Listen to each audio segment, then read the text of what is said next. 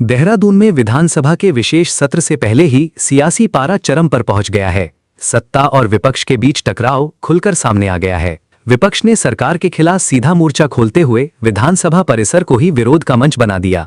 महिलाओं को 33% आरक्षण देने की मांग को लेकर विपक्षी विधायक सड़क से लेकर सदन तक संघर्ष के मूड में नजर आए। हाथों में तख्तियां, बुलंद नारों की गूंज और तीखे तेवर, पूरा माहौल राजनीतिक गर्मी से भर गया। प्रदर्शन कर रहे विधायकों ने सरकार पर सीधा आरोप लगाया कि महिला सशक्तिकरण सिर्फ भाषणों तक सीमित है, जमीन पर कुछ भी नहीं। विपक्ष का साफ संदेश है, अगर सरकार वास्तव में महिलाओं के अधिकारों को लेकर गंभीर है तो 2027 विधानसभा चुनाव से पहले 33% आरक्षण लागू करके दिखाए, वरना ये सिर्फ एक और चुनावी वादा बनकर रह जाएगा। विशेष सत्र शुरू होने से पहले ही विपक्षी नेताओं ने विधानसभा भवन पहुंचकर शक्ति प्रदर्शन किया और साफ कर दिया कि इस बार मुद्दा दबने वाला नहीं है। उनका कहना है कि प्रदेश की आधी आबादी अब और इंतजार नहीं करेगी, उन्हें उनका हक चाहिए, अभी चाहिए। विपक्ष ने सरकार को चेतावनी भी दे दी है, अगर इस विशेष सत्र में महिला आरक्षण पर कोई ठोस और निर्णायक कदम नहीं उठाया गया तो ये आंदोलन सड़कों से निकलकर पूरे प्रदेश में फैल जाएगा और भी उग्र रूप ले सकता है। अब सवाल बड़ा है, क्या सरकार इस दबाव में झुकेगी या फिर ये सियासी संग्राम और तेज होगा? देहरादून से उठी ये आवाज आने वाले दिनों में उत्तराखंड की राजनीति की दिशा तय कर सकती है। देखिए, 2023 में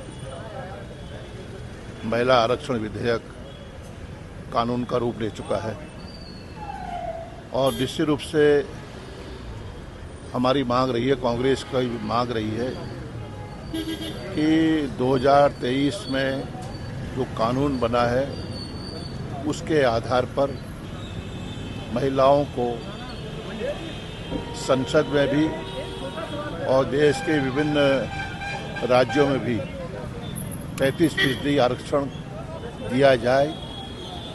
लेकिन सरकार जनगणना परिसीमन को मुद्दा बनाकर इस विधेयक को लटकाना चाहती है, खींचना चाहती है। हम इसका प्रबल विरोध करते हैं। हम चाहते हैं कि 2027 में उत्तराखंड में जो चुनाव होने जा रहे हैं उसमें 33% आरक्षण की व्यवस्था हो और 2029 में जो केंद्र में चुनाव होंगे उसमें भी 33% आरक्षण की व्यवस्था हो। लेकिन सरकार का इरादा, नियत साफ नहीं है। सरकार इस मामले को उलझाना चाहती है और जनता को गुमराह करना चाहती है। आधी आबादी, देश की आधी आबादी महिलाओं की है।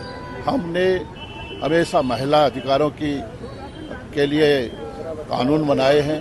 हमने तत्कालीन प्रधानमंत्री माननीय राजीव गांधी जी ने पंचायत राज कानून बनाया और जिसके आधार पर नगर के निकायों में, स्थानीय निकायों में हमारी महिलाओं की भागीदारी सुनिश्चित हो चुकी है उत्तराखंड में, पूरे देश भर में। लेकिन सरकार की नीयत में खोट है। सरकार नहीं चाहती है कि कानून लागू हो और हम इसका पुरजोर विरोध करते हैं। हमारी मांग यही है कि 2027 में उत्तराखंड में जो चुनाव होंगे उसमें 33% आरक्षण की व्यवस्था हो और 2029 में केंद्र में जो चुनाव होंगे उसमें